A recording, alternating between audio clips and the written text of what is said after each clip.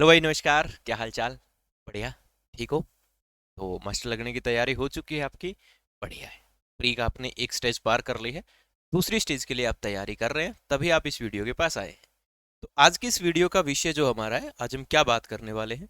आज हम बात करने वाले हैं जो आपका लेवल 2 है, रीट मेंस का जो है लेवल 2, उसके अंदर जो आपका विद्यालय विषय है गणित और विज्ञान के लिए 120 नंबर का जो आने वाला है, उसमें विज्ञान का क्या सेक्शन है। गणित वाली जो है उसकी वीडियो हम अलग से बनाएंगे।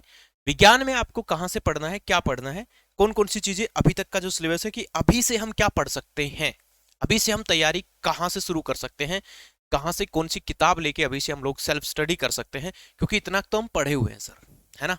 इतना तो पढ़े हुए हैं आप सारे के सारे कि हम लोग सेल्फ स्टडी कर सकते हैं अपना सब्जेक्ट। ठीक है, अपना जो खुद का सब्जेक्ट है ना भाई, खुद का जो सब्जेक्ट है उसकी तो हम सेल्फ स्टडी कर सकते हैं, है कि नहीं कर सकते सर? कर सकते हो ना?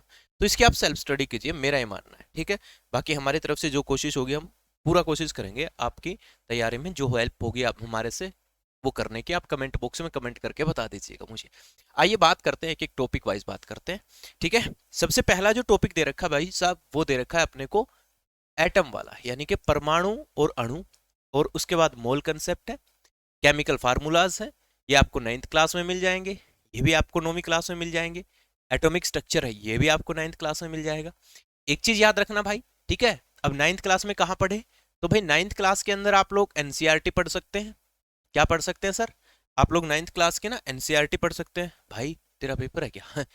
9th क्लास के आप एनसीईआरटी पढ़ सकते हैं, या फिर राजस्थान बोर्ड की किताब है वो भी आप पढ़ सकते हैं, है ना? राजस्थान बोर्ड की किताब या फिर एनसीईआरटी आपके पास है तो वो पढ़ लीजिएगा। अब बात करें केमिस्ट्री के अंदर, है ना भाई, रसायन विज्ञान की अगर हम बात करें, केमिस्ट्री की अगर हम बात करें, तो केमिस्ट्री ज्यादा मुश्किल आता नहीं है। देखिए, नहीं पढ़ेंगे तो मुश्किल ही आएगा, बट अगर जो भी थोड़ा बहुत भी अगर जो पढ़े है ना सर, तो आपके लिए केमिस्ट्री को आप मुश्किल नहीं कह सकते। जहां तक कि यहाँ तक कि पेपरों की ऑब्जर्वेशन है उसके हिसाब से अगर हम देखें, तो आपका जो केमिस्ट्री है वो आसान ही आने वाला है, मुश्किल नहीं आने वाला। नहीं पढ़ने वाले के लिए सब कुछ मुश्किल होता है, लेकिन अगर आपने थोड़ा सा भी अभी से कमांड बनाना शुरू कर दिया तो केमिस्ट्री आपको आसान लगेगा सर। ठीक है, उसके बाद आता है बच्चा तत्व, यौगिक, मिश्रण, भौतिक एवं रासायनिक परिवर्तन। ये आते हैं सर। ये आपके 9वीं और 10वीं क्लास की जो एनसीईआरटी है वहां आपको ये सारे टॉपिक्स मिल जाएंगे। ठीक है, हालांकि छोटी क्लासेस में मिलेंगे, उनके ऊपर आपको ज्यादा ध्यान नहीं देना है सर।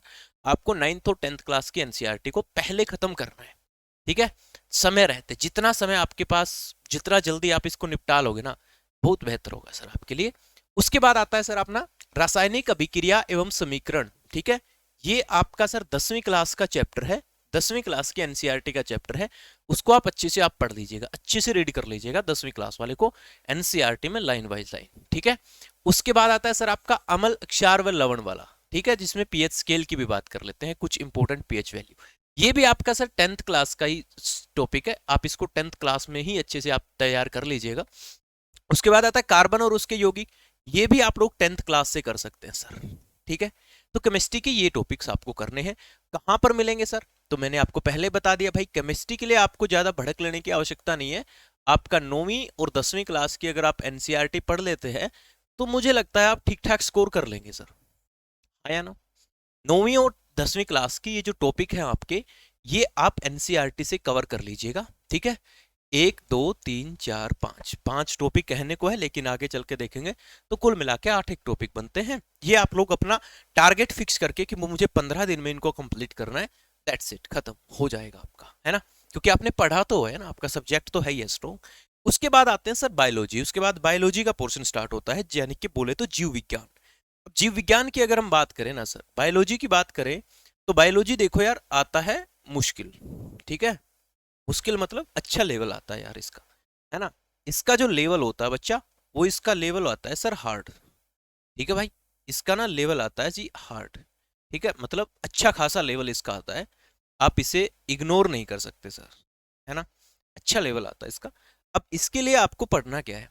इसके लिए जो टॉपिक है ना आपके, जैसे कि 9वीं क्लास में आता है कोशिका वाला चैप्टर, 9वीं क्लास के एनसीईआरटी को तो आपको पढ़ना ही है।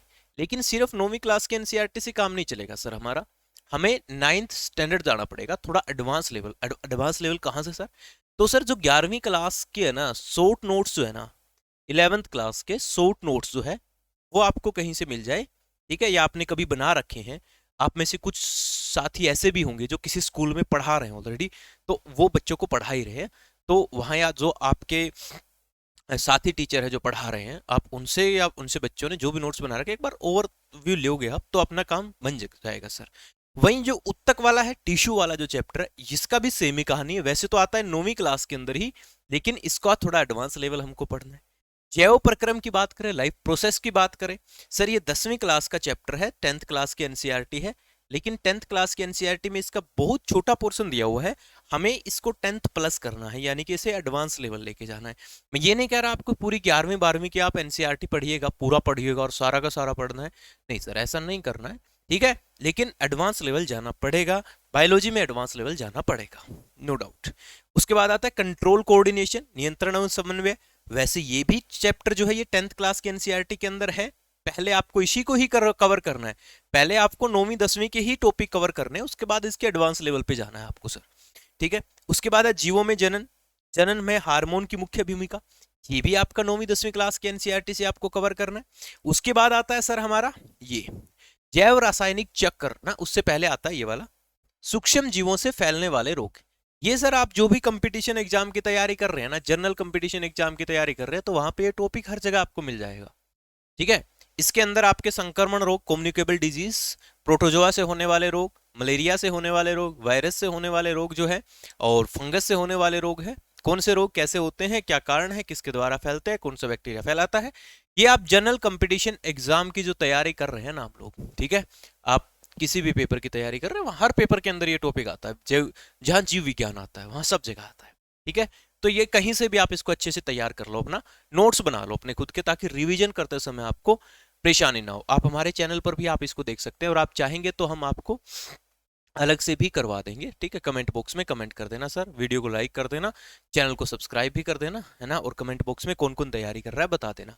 उसके बाद आता है जैव रासायनिक चक्र, इसको बोलते हैं बायो जियो केमिकल साइकिल, ठीक है, जैव भू रासायनिक चक्र। इसके अंदर कुछ केमिकल साइकिल्स दिए गए हैं बच्चा।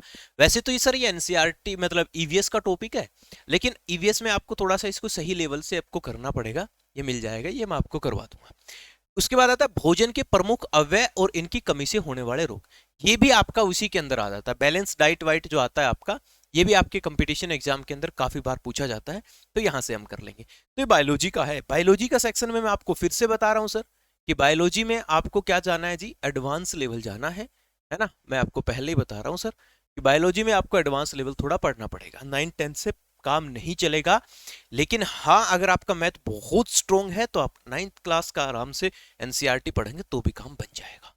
और रही बात 100 की 100 तो किसी के नहीं आते भाई, ठीक है। बायोलॉजी में कुछ सवाल ऐसे भी आते हैं जिनको सब कुछ आता है, वो भी फंस जाते हैं भाई, अच्छे लेवल के आते हैं 3-4 सवाल तो फंस जाते हैं, 2-3 सवाल ऐसे फंस जाएंगे, ठीक है। तो इसमें कोई कुछ नहीं कर सकता सर, है ना। तो 1-2 सवाल ऐसे फंस जाएंगे। उसके बाद आता है फिजिक्स। फिजिक्स आपका मॉडरेट सा लेवल आता है, मतलब मुश्किल नहीं कह सकते, आसान नहीं कह सकते, ठीक है। वहां बल और गति के जो नियम है ये आपको 9वीं क्लास में मिल जाएंगे, ठीक है, 9th क्लास में मिल जाएंगे, आपको उनको अच्छे से पढ़ना है। प्लस में इनके न्यूमेरिकल भी करने हैं सर, प्लस में क्या करना है, इनके इनके जो न्यूमेरिकल होते हैं ना वो भी आपको करने पड़ेंगे, ठीक है ना। एनसीईआरटी वाले सारे न्यूमेरिकल आपको आने चाहिए, सब के सब आने चाहिए, एनसीईआरटी से एक लाइन नहीं छूटनी चाहिए आपके टॉपिक से।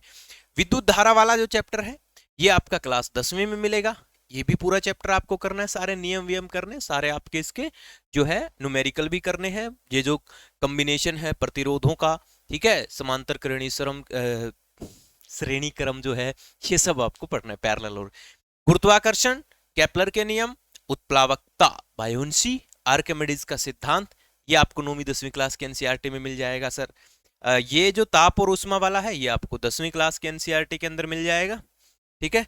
प्रकाश का प्रावर्तन, गोलीय दर्पण, प्रकाश का अपवर्तन, लेंस, मानव नेत्र, ये सब आपको 10वीं क्लास में मिल जाएगा सर। 10th क्लास के अंदर आप इसको पढ़ सकते हैं फिजिक्स के अंदर। उसके बाद है ध्वनि, साउंड। साउंड सर आपके 9th क्लास के अंदर है, बस वही पढ़ना है और कोई आगे है ही नहीं। उसके अंदर पिच विच का थोड़ा सा वो न्यूमेरिकल इसका थोड़े से अच्छे लेवल कर लेना आप लोग, ठीक है। 10th क्लास 11th क्लास के अंदर पूरा नहीं पढ़ना है, बस कुछ फार्मूलेज 11th क्लास के हैं वो आप ध्यान कर लेना, वेव वाले चैप्टर से मिलेंगे आपको, ठीक है ना, हाँ तरंग वाले चैप्टर से।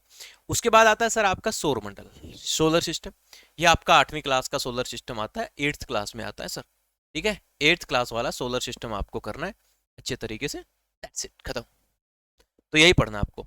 कुछ टॉपिक आपको मिलेंगे 8वीं क्लास में, कुछ मिलेंगे 9वीं क्लास में, कुछ मिलेंगे 10वीं क्लास में। ठीक है, जीव विज्ञान के जो टॉपिक्स हैं उनको आपको थोड़ा एडवांस लेवल करना है, 9वीं 10वीं से थोड़ा हाई लेवल करना है। ठीक है, जो आप 9वीं 10वीं क्लास वाले बच्चे को हम पढ़ाते हैं ना, उनसे थोड़ा आपको एडवांस लेवल पढ़ना है। ठीक है, हाँ, अब एक बार फिर से वही बता देता हूँ भाई, केमिस्ट्री आएगा आपका आसान लेवल का आएगा। ठीक है, चल जाएगा काम, आप एनसीईआरटी सिर्फ पढ़ लेते हैं, काम चल जाएगा। फिजिक्स जो है आसान से थोड़ा सा मॉडरेट लेवल आएगा, क्योंकि इसमें न्यूमेरिकल ऐड हो जाते हैं। ये भी अगर आपके न्यूमेरिकल के ऊपर आपका ठीक कमांड बना लेते हैं आप इतने दिनों में, एनसीईआरटी के सारे न्यूमेरिकल आप कर देंगे, तो इसमें भी आपका काम चल जाएगा। ठीक है, कुछ टॉपिक ईवीएस के हैं, ठीक है, सॉरी कुछ टॉपिक ईवीएस के हैं, वो भी आपके एनसीईआरटी के अंदर मिल जाएंगे सर। ठीक है, वो भी आपके एनसीईआरटी के अंदर मिल जाएंगे। और बात रही बायोलॉजी की, तो इसमें सर आपको ना थोड़ा, वही मैंने बताया, पहले तो आप 9th और 10th क्लास की एनसीईआरटी या राजस्थान बोर्ड की जो किताब आपके पास है, पहले तो आप उसी को कंप्लीट कीजिएगा, और साथ के साथ अपने ना नोट्स खुद बनाने की कोशिश कीजिएगा। ठीक है, किताब के अंदर हाईलाइट करके जो भी मेन पॉइंट्स आपको लगता है, एक्स्ट्रा कोई चीज़ आपको लगता है तो उसको नोट डाउन कर लिया वहीं पे। तो साथ के साथ अपने शॉर्ट नोट्स बनाने की कोशिश कीजिएगा सर। ठीक है, अभी आपके पास समय है, ठीक है, बहुत सारा समय है। अगर आप अभी से अपने शॉर्ट नोट्स बना लेते हैं तो ये आपके लिए रिवीजन के समय में बड़ा ही काम की चीज़ साबित होने वाली है। हम आपके लिए क्या हेल्प कर सकते हैं, हम आपको कौन सा टॉपिक यहाँ से पढ़ा सकते हैं, क्योंकि मैं विज्ञान पढ़ाता हूँ, साइंस पढ़ाता हूँ, तो मैं हर टॉपिक को बड़ा अच्छे से पढ़ा सकता हूँ, आपको किसी भी लेवल तक पढ़ा सकता हूँ, उसमें कोई किंतु परंतु नहीं है। ठीक है, लेकिन हमें बहुत ज़्यादा हाई लेवल नहीं जाना और बहुत लो लेवल नहीं रखना, हमको एक मीडियम लेवल बना करके, एक संतुलन बना करके चीज़ों को समझना है, पढ़ना है। हाँ, एक बार फिर से कह रहा हूँ, आप अपने सब्जेक्ट के साथ अगर टच में हैं तो आपको कहीं से कुछ और पढ़ने की जरूरत नहीं है, आप सेल्फ स्टडी के साथ कर सकते हैं। ठीक है, बहुत बेहतरीन तरीके से आप कर सकते हैं। अगर आपको वीडियो अच्छा लगा तो आप चैनल को सब्सक्राइब कर लीजिएगा, कमेंट बॉक्स में कमेंट कर दीजिएगा कि आपको कौन सा टॉपिक यहाँ से हम करवा सकते हैं, क्या हम आपकी कैसे मदद कर सकते हैं। मिलते हैं अगली वीडियो में, तब तक के लिए जय हिंद, जय भारत।